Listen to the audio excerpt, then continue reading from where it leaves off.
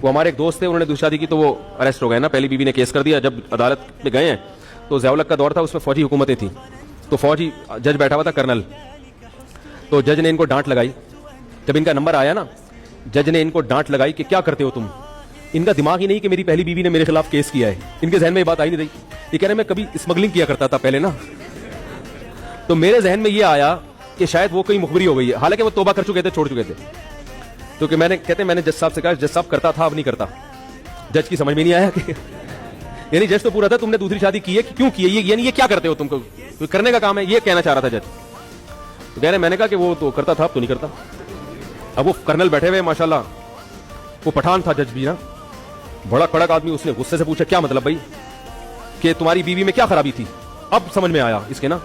जज ने पूछा कि तुम्हारी पहली बीवी में क्या खराबी। इसने कहा सर कोई खराबी नहीं, बहुत अच्छी है मेरी बीवी, औलाद नहीं है। सर औलाद भी है, फिर क्यों की है दूसरी शादी। तो तुम्हें पता नहीं कि पाकिस्तान के कानून में बीवी की परमिशन के बगैर शादी करना जुर्म है। तो ये मुझे अपना किस्सा खुद सुना रहे थे, कह रहे मैंने कहा सर पाकिस्तान के कानून में जुर्म है, मगर अल्लाह के कानून में जुर्म नहीं है।